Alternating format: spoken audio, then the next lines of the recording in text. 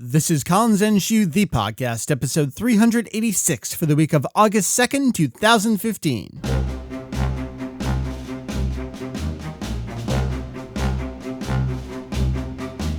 What is up? Welcome to Kanzenshuu, the podcast, an extension of the all-encompassing Dragon Ball fan site, Kanzenshuu. We cover anything and everything Dragon Ball in hopes of enlightening and a little bit, the entertaining. Once again, my name is Mike, VegettoEX. I will be your singular host, setting up and knocking down the episode this week. It's been a couple of those weeks where no one's work schedules can perfectly line up, so we're kind of piecemealing things together. But we do have a show for you this week, a topic I've been wanting to do for a while, and I just so happened to grab Jake at a somewhat opportune time to talk about it here on the show. And that is the strength checker.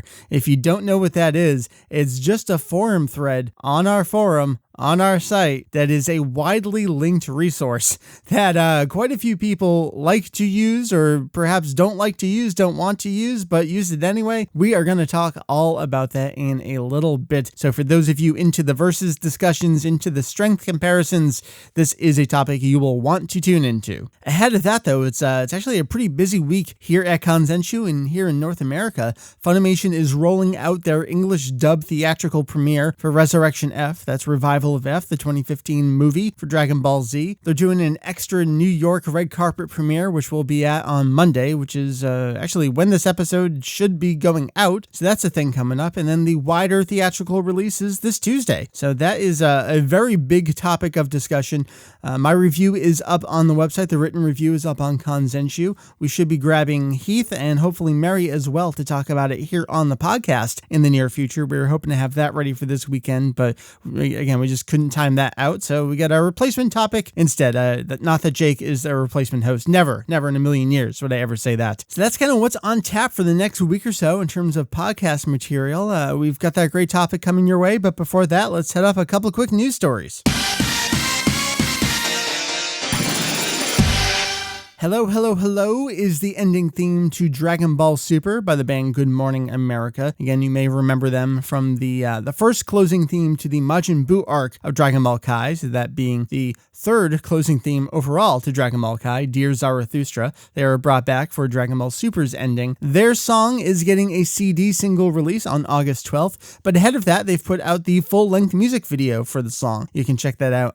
It's embedded in our news story, and it's on YouTube. You can check out the full-length version of the song ahead of that CD single release. Dragon Ball Xenoverse was in the news for around a 24-hour period, quite heavily, even on all the major gaming websites. There was a screenshot from a RyGuy176 on Twitter that made the rounds quite heavily, captioned in all caps, "They gave up on this game real fucking quick." The text of the screenshot shows, "Online service for Dragon Ball Xenoverse has ended. The following features will not be available." And it lists multi-lobby time-space delivery, registering favorites, and auto patrols.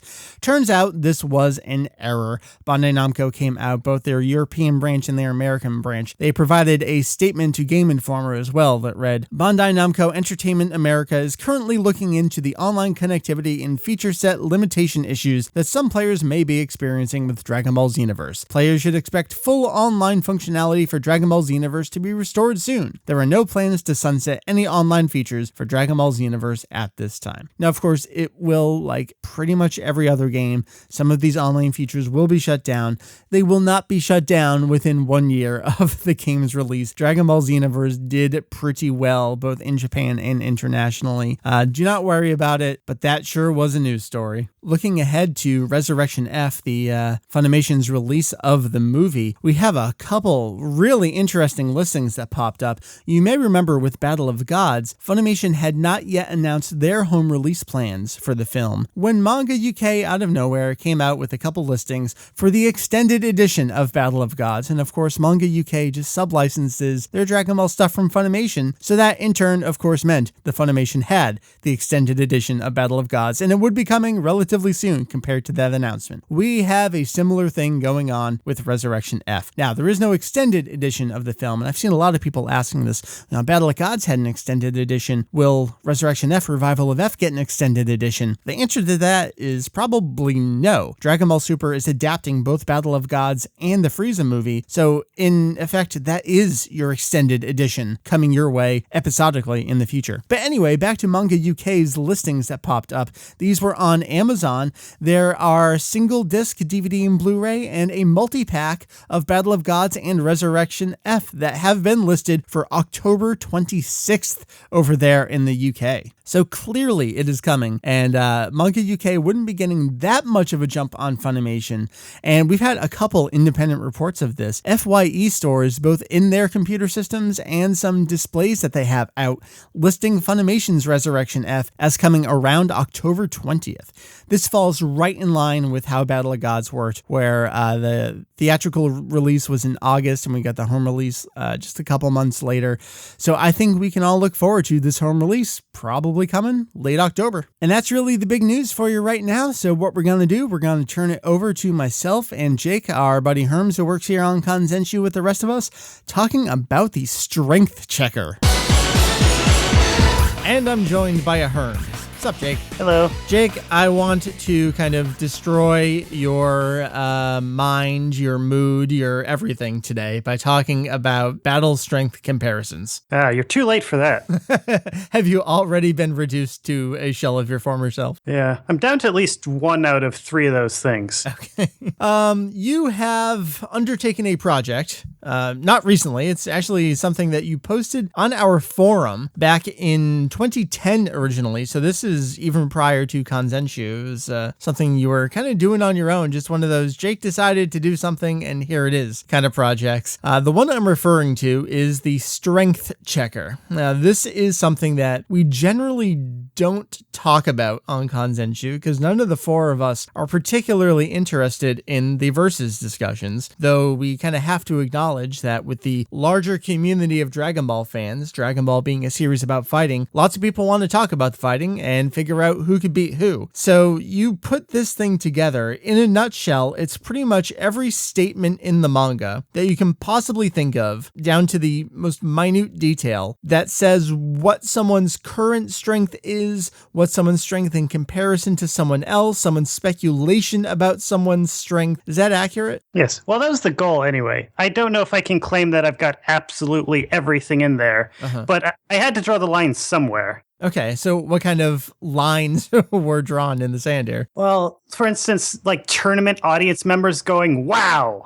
Past a certain point, you have to just stop including those. Oh, okay. I gotcha. I did include several statements that are clearly wrong just for the sake of completion, like Mr. Satan talking about pretty much anything. And I guess this is kind of a larger discussion, and it's the, can you believe what the characters are saying? Yeah, so that's one of the main points of contention, is that there's a lot of fans who would say that really the only thing that matters is what we can see characters physically doing. And that's the whole feats discussion, I guess. Yeah, which this doesn't get into at all beyond what characters say about feats. Right. Because, like I said, I've got to draw a line somewhere before I just go insane and die. Not necessarily in that order. Well, one of those two things may have happened. I want to talk to you, get your, kind of dive into what your mindset was. What prompted you to want to do something like this? Why would you go through the trouble, the pain, and the thankless work, really, of documenting every single last statement about strength in the series when it doesn't,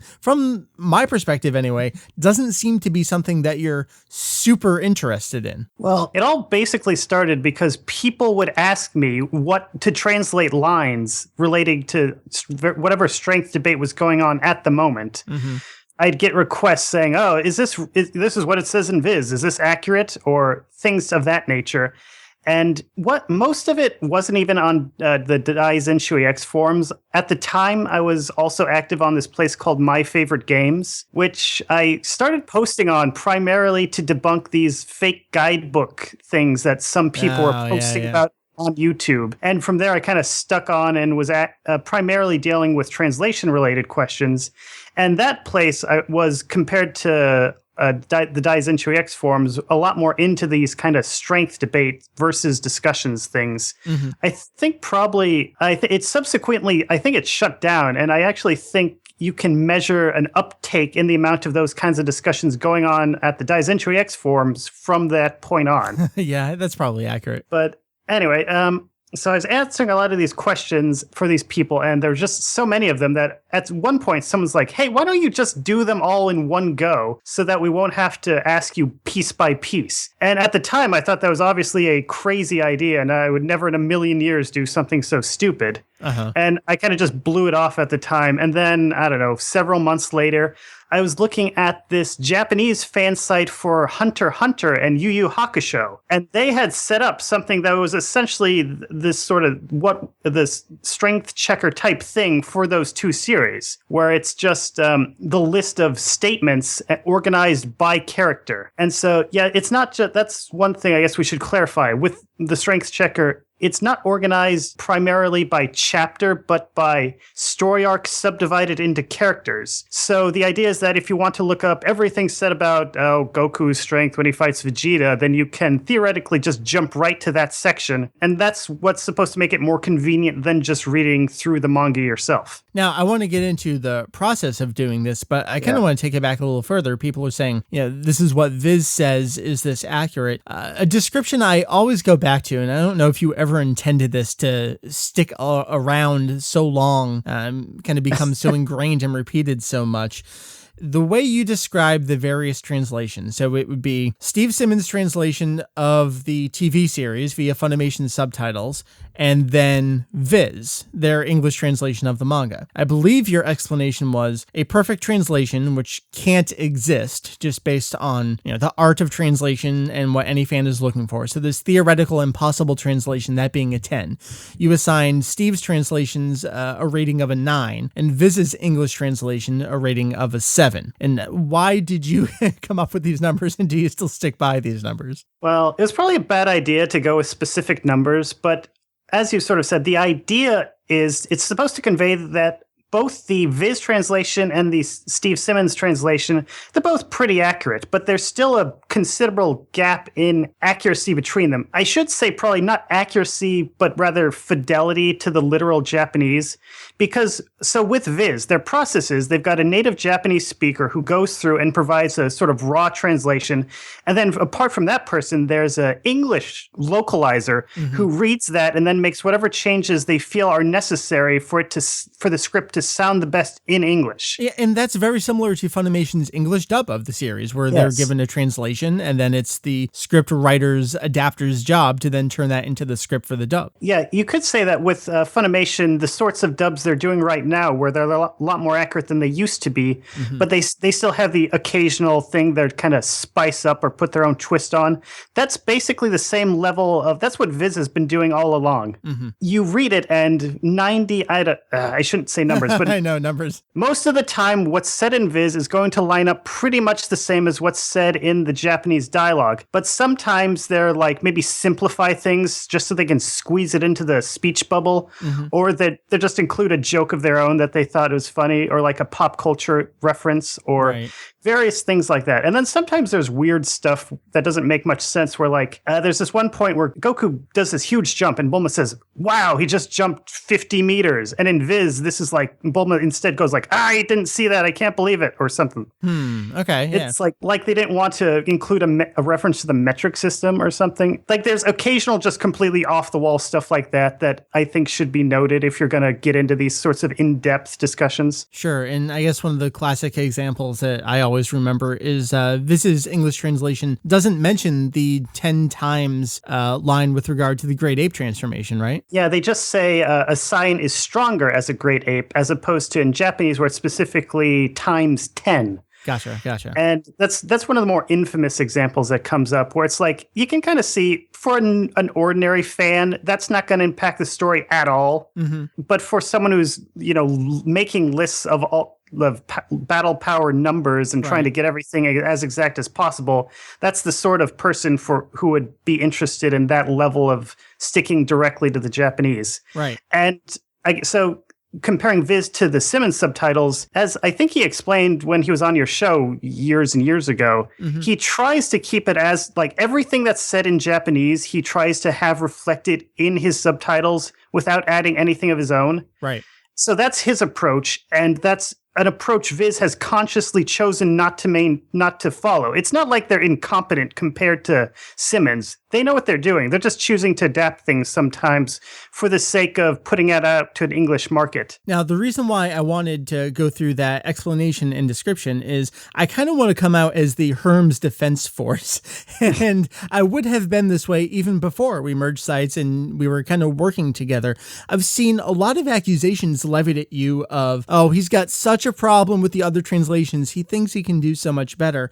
I think, as you can see with the description you've given here, it's less that you wanted to do this and more that it was just so consistently asked of you to provide that it was kind of this throwing your hands up moment of, all right, here you go. Fine, take it. Yeah. And it's not like I'm claiming I'm a better translator than Viz because, like I said, they've got a native Japanese speaker on hand. It's just that I'm trying to just approach this by doing something as literal as possible, which isn't something they'd want to bother with because, like, I'm trying to do something that's going to appeal to the really anyone who wants the really crazy, hardcore, in-depth, what exactly is this phrased as, what's the conjugation, blah, blah, blah, blah, blah. I mean, the word is pedantic. You're appealing to the pedantic people who want the most literal, unadulterated, kind of nonsensical translation in a way. And this isn't entirely the way that we translate things like interviews on the website either. I think you and Julian have very, very much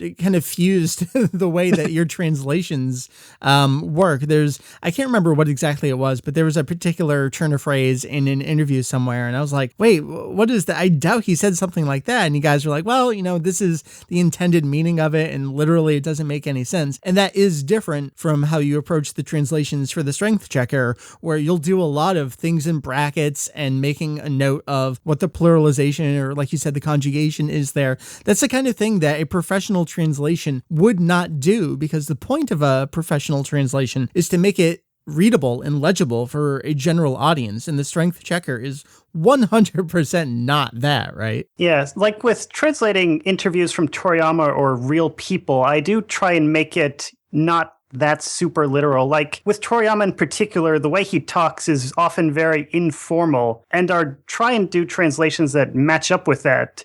For instance, for one recent thing, there's something where I actually can't remember what he says in Japanese, but I translated it as like, never in a million years did I expect this to happen. Right. Which is not, he did not literally in Japanese say never in a million years, but he said something that was equivalent to that. Mm-hmm. And it just seemed to flow the best in English, even though it's not a literal translation. It might seem a little backwards that, like, with the actual things said by real people, that I'm a little more loose compared to the made-up statements about fantasy things. Yeah, there's a bit of irony in there, isn't there? But I mean, if anyone started asking me what Toriyama was literally saying in all these different interviews, then I'd be happy to explain my process in translating it. But please, people, do not start asking me to literally translate Toriyama statements. No. I mean, the nice thing is the way that we all work, we do have a text archive that we can access of all this stuff. So in the off chance that anyone asks,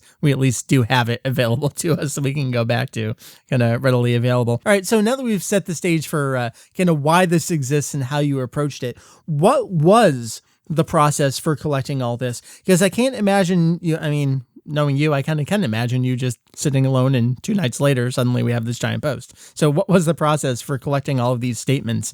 And then did you check it against Viz? Did you not even care what was over in the English translation? You just did whatever? And did you do it by yourself? Well, actually, I had several people who helped me, and I kind of document this in the introduction to the strength checker. I think there's a list of names of various people. So I started out, I sent emails out to various forum members who I thought might be interested in helping out with a project like this, like Kaboom and, various other people. And about maybe 5 to 6 people said, they were up for it. And so I divvied up the different sections of the story so that they would go through and just collect things on their own, collect statements and send them to me. And then I would double check them against the Japanese and make any corrections to the translation I felt were necessary. And then in addition to that, there were various parts of the series that I just did entirely myself. Got it. So it's kind of this, check out this, 1/5 or 1/6 of the series. Give me a list of maybe even pages and statements, and then I will go collect those. So it's not, I'm sitting here rereading every character, and by character, I mean letter in words of the manga. So you didn't actually go through that entire thing that way. Yeah. So, well, in the end, I did end up going through more or less the manga entirely on my own, but because I had this sort of a rough draft that these people had kind of provided, like a roadmap, more or less.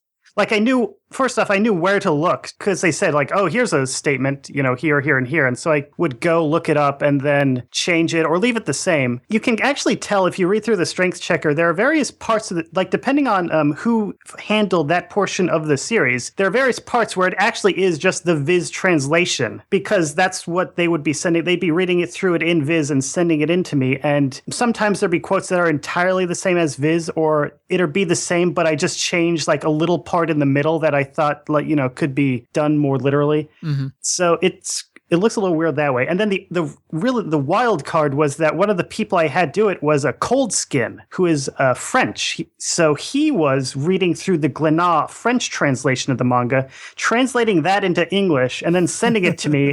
And then I double check it. And I think he did mostly the red ribbon portion. Okay. So was that a kind of lesser area of strength comparisons? Well, that was what he wanted. I believe it was what he wanted to do. But if you read through that portion, I think you can kind of tell that the way things are written are not like bad, but they're slightly different than what you're seeing other places just because it was being translated through that way. Like there is this one line I remember. I think it's when Krillin's fighting Blue, where Blue's beating him up and he said, was like, well, in Japanese, what he says is to something to the effect of like, you talk big, but you don't have the power to back it up. Mm-hmm. And in French, the English translation I got from Cold Skin was like, you have a big mouth, but nothing in the arms. Okay. Or something like that I just it was kind of an interesting turn of phrase that I just left as is because I liked it so much.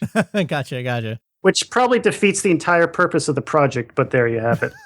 Even for the portions of the series people collected on, I'd also, while I was going through, add in other things that I thought should be included. So that helped make it a lot more comprehensive because I had these the guys helping me they'd find the really obvious stuff and then I would focus on finding the more obscure things. Did you feel like you were getting ahead of the curve by adding in some of your extra, analysis and exposition around those statements? Because you do provide context for that kind of stuff as well. I planned on providing a lot more translation notes and explanation than I ended up doing because at the end I was just so worn out. I'm like, just post it up. So there are occasionally notes like that, but maybe like half to a third of what I'd planned. But like I did everything I thought was major and important. Mm-hmm. With the translation notes. So I have occasionally thought about going through the strength checker and doing a kind of thorough updating, if only to provide a little more of that kind of analysis. But gotcha. I haven't mustered the energy yet. That's the really interesting thing. We're talking about, this isn't a section of Kanzenshuu. This is a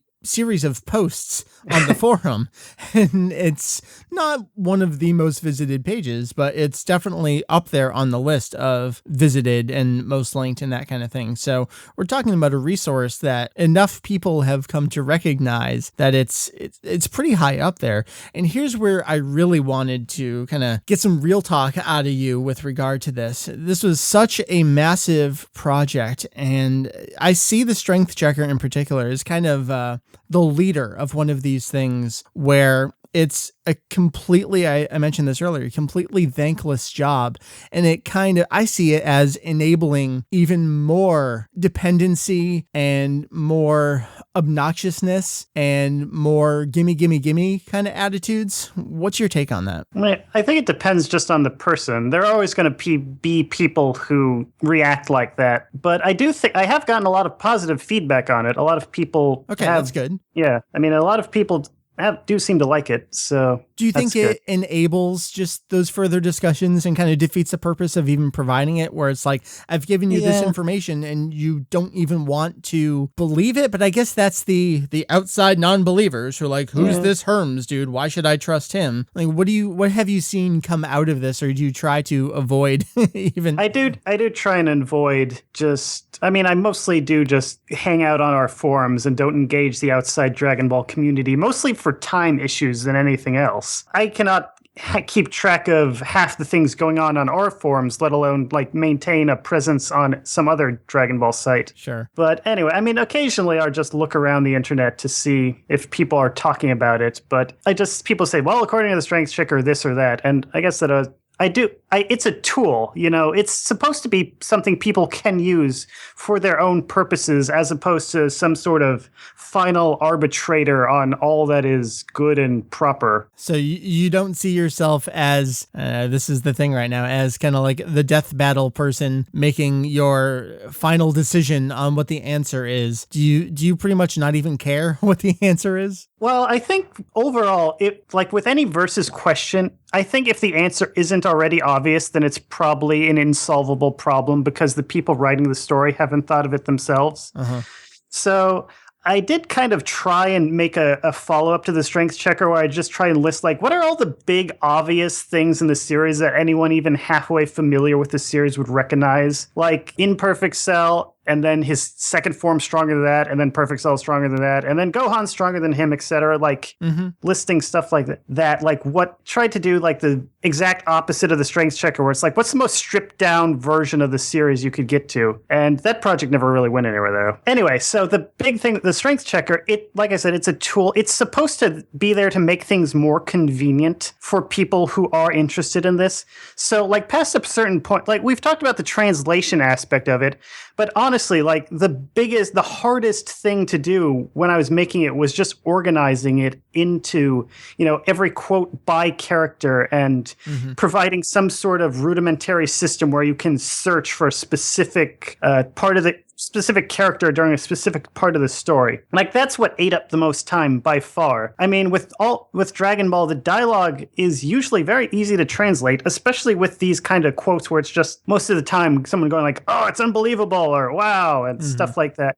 It's shooting fish in a barrel from a translation point of view. And so, yeah, I spent most of the time just copying and pasting quotes and, organizing them into this format. And it's like, if someone out there wants to like just make a version of the strength checker that's entirely the Viz quotes and nothing else, or just wants to do everything that's from just what's said in the Funimation dub or anything, like, they're welcome to it. I'm not going to stop them. I'm not going to say like my strength checker is the strengthiest checker of all. If people want to trust me, they can. I'm just putting my stuff out there, and if people want to use it, they can. And if people don't want to use it, then it's no skin off my nose. I guess that's kind of where my question was heading next, and that's well, who's this guy? Why should I trust him? Your opinion is fine, don't? Yeah, I mean, overall, it's just, I've got a job. I don't really rely on the goodwill of internet people to survive day to day. And I guess the other thing, as I did touch on, is that a lot of the things in this, the strength checker, are there precisely to prove that the series is often very complicated and contradictory in what is said about who. So, for instance, I mentioned Mr. Satan, who is prone to say things like, "Oh, I could beat Goku in 2 seconds, but Cell, he's not as strong as I am, so he can beat Goku in 5 seconds," which is probably my favorite quote in the entire strength checker, just because of the window it provides into Mr. Satan's view of reality. That's true. And so, but apart from that, there's other quotes in there that are controversial. Like, people will just argue, like, do we trust it when this guy says this or that? And here's the way I view it. I see the strength checker as kind of providing the same answer that something I've been working on for a while, and I wish I could finish it, but they keep making new things. And that's a guide to the canon for the series, and kind of spoilers for what the guide is going to say at the end, in that there's no answer. I think the strength checker basically provides that same thing, where it's who's stronger than who? Fuck if I know. I mean, Toriyama has said in interviews that his view of character strength would change as the stories went on. Mm-hmm. Like, even within the same storyline, he'd write the tournaments not knowing who would win, which, if you think about it, is weird because in retrospect, the tournament story arcs are usually whoever fights each other in the finals are in the end presented as about equal and also a lot stronger than all the other characters. Mm-hmm. But it's when Toriyama started the story arc, he didn't necessarily know that Jackie Chun would be so much stronger than anyone else. He just kind of hit upon that as time went on. Right. He ended up being that way by necessity of where the story ended up. Yeah. We've had a quote from Toriyama where he said something about, well, correct me because I'm not remembering it correctly. Something like, well, yeah, whoever has the most ki is going to be the winner of the fight. Or maybe it was battle power. I'm not exactly sure what that line was. He said that ki control, having a lot of ki and being able to control it properly was the key to winning in battle because with physical strength, you can only train it to a certain point before you hit a limit. Gotcha. And ki is the only way to overcome that. So I think where I'm going with this question is something I've really put out there a lot when I engage in these discussions, which admittedly is not often because don't interest me that much, but occasionally something does pique my interest, is a weaker character probably could beat a stronger character. I'm not sure that we have a great example of that, but something I think back to is there was a Kienzan that was tossed at Nappa, which would have likely defeated him despite the very, very large disparity between the battle powers of these characters. But he was warned to get out of the way. And I think there is something to the ingenuity of attacks and just like the improvisation on the battlefield. But I don't think we've ever had a really great example that someone from my perspective can point to and say, no, look, see, a weaker character can beat a stronger character. What do you think on that? I think that's probably true overall, but beyond that, there's also the fact that, like, even if the weaker character will probably lose, they won't necessarily lose in exactly the same way. Okay, it seems like a lot of fans, when they're talking about this, they assume that, like, okay, Goku beat the Mummy in one punch. So if a character was equally strong as the Mummy, then Goku would automatically be able to defeat that other character with one punch more or less the same way as he defeated the Mummy guy. And like, I think the main problem isn't necessarily fans assuming the stronger character will win 99% of the time, because that probably is what happens throughout the series more often than not. Like in Dragon Ball, usually if the weaker character will become stronger and then win. If there goes Super Saiyan or Kaioken or things like that. But I think the main mistake a lot of these debates are based on is the idea that the characters are kind of equally strong characters are like interchangeable pogs that can just be switched around. Right, like the fight will go exactly the same way, which probably is not the case. Where if you played even a really simple RPG game, then you can see why that's kind of a dumb idea. Right. Someone might get a critical attack or your buff might not go off in time, even though you start it at the exact same moment in the RNG on the map, like a Pokemon battle or something. Even if it starts at the exact same time, from there on out, there's variables in the fight. The thing here is that it's not mathematically based. It's based on the author and the will of the author as he's writing it, which, as we've seen with Toriyama, can change at any moment. And I think that's the thing about doing strength debates with Dragon Ball, where it's, yeah, that's how it happened, but it's because that's how Toriyama wrote it. And we have so many of these inconsistencies. It does come across, and maybe I do mean it this way, where I kind of think these discussions are worthless to have because the fights happen the way they happened. They can't happen any other way, unless you get a case like Dragon Ball Super, I guess, where we're completely retelling events in slightly different ways, and things are going to happen in different ways. Like, we just don't have the opportunity to play these what if scenarios in an official canonical capacity, but maybe that is changing with Dragon Ball Super. Do you know where I'm going with this? Where it's like, why even bother? Because what does it affect? But I guess that's the same as any discussion at all with Dragon Ball, and I just need to come to grips with that. Yeah, I guess for me, I mean, I'm a big RPG fan, so for me, the main interest I'd have in these kind of discussions is if we're ever going to make like a really good Dragon Ball RPG, like then that's the only case where I think we'd really need to bang out really detailed stats and powers. So it's like, all right, what level is the minimum I have to hit before I can take on Beerus. Because if I'm level 26, just the mathematics of health and hit points and attack power, it's not going to work. But I have a chance if I get one level up. Yeah, because if you're doing that, it makes sense. But otherwise, I mean, everyone finds different things fun, so I assume people make these debates because they enjoy them.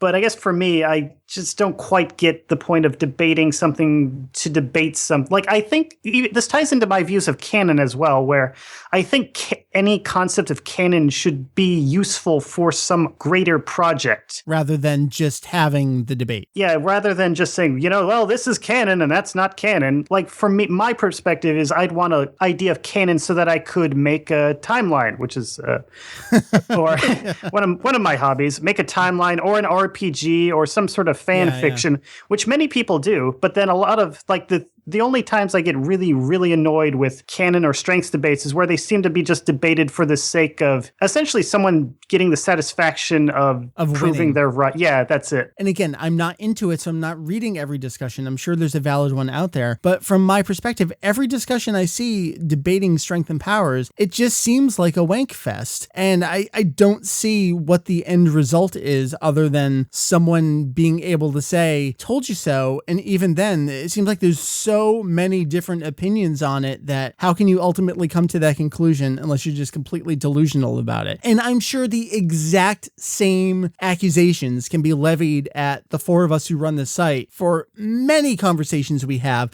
I'm sure people roll their eyes incessantly at us as they listen to us and say, what is the point of what you're talking about? And it is just, well, what you've taken interest in. I just wonder if there's a point where it's maybe you have to take a step back and say, at this point, it's no longer about me enjoying it. I'm trying to prove something. And what does that accomplish? And maybe I have to reflect on that myself with some of the discussions I like to have. And I guess the important thing is to try and just try to have fun and be nice to people. Yeah, don't be a dick. I mean, that's... Which...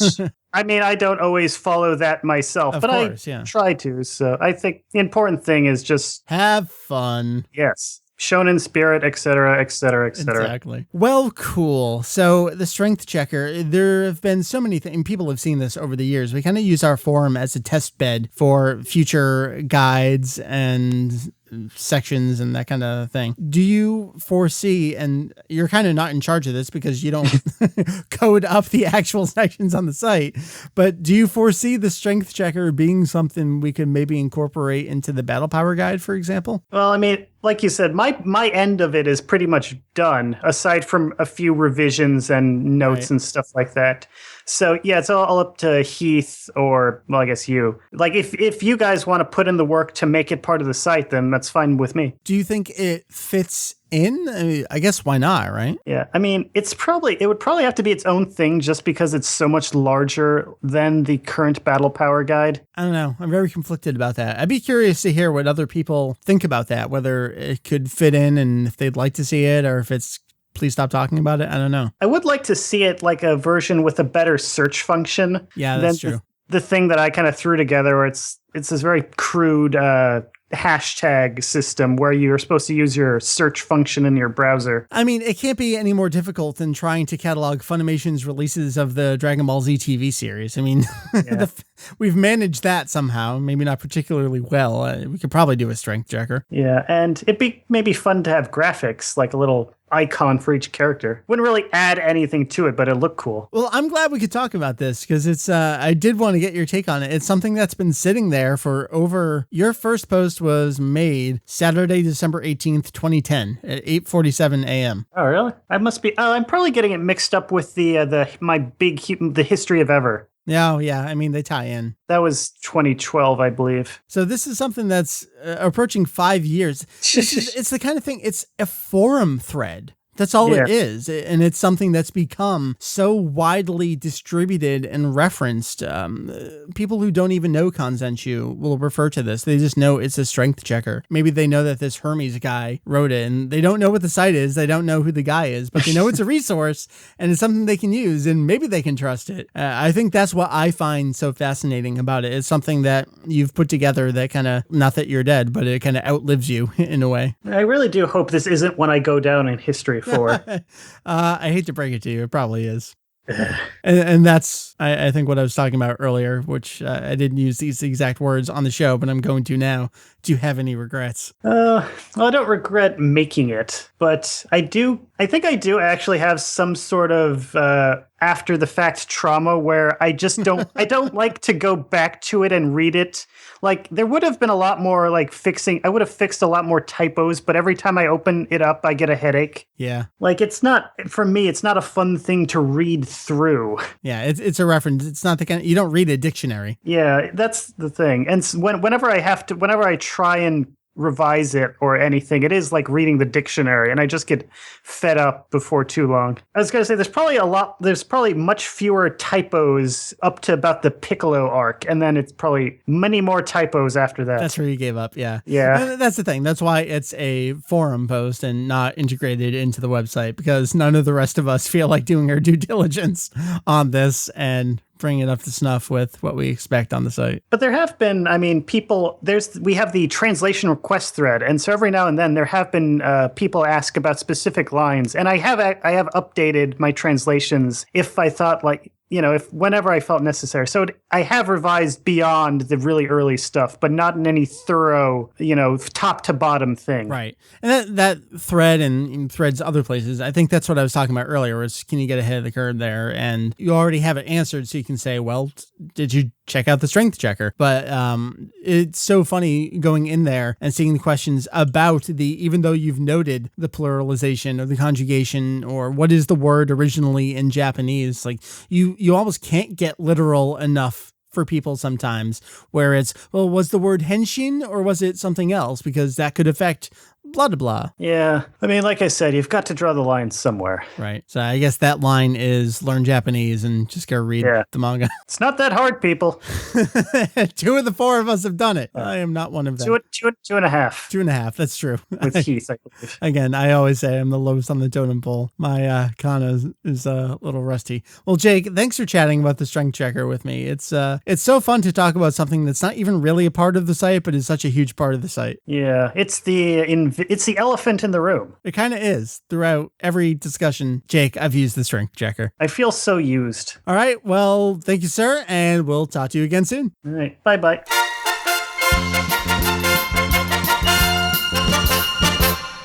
And there you have it. That is going to be our episode for the week. We hope you enjoyed it. We will have some more regular cast members joining back into the conversations in the near future. We have a lot of stuff to talk about. We definitely do want to collectively review the English dub of Resurrection F, similar to what we did with Battle of Gods following its theatrical release. And by the time we talk about it, the rest of you probably may have had a chance to see it as well. And for those of you outside of North America, I know there's a lot of other theatrical showings coming up very soon as well that have been announced. The last word we got was that it's heading to 74 countries. So if you don't have an announcement just yet, hopefully you do have at least a home release announcement in your near future. So look forward to all the good Frieza stuff coming your way. And again, that's going to do it. So I got to wrap this up so I can get my butt off to New York to cover this movie's debut. So for the rest of the cast, especially Jake, who was here, Herms, also for Julian and for Heath, my name is Mike. You may see me around as VegettoEX. This has been episode, let's say 386, I think it was, of our podcast, www.kanzenshuu.com. That is Kanzenshuu, where you can see all the stuff we got going on. See you next time.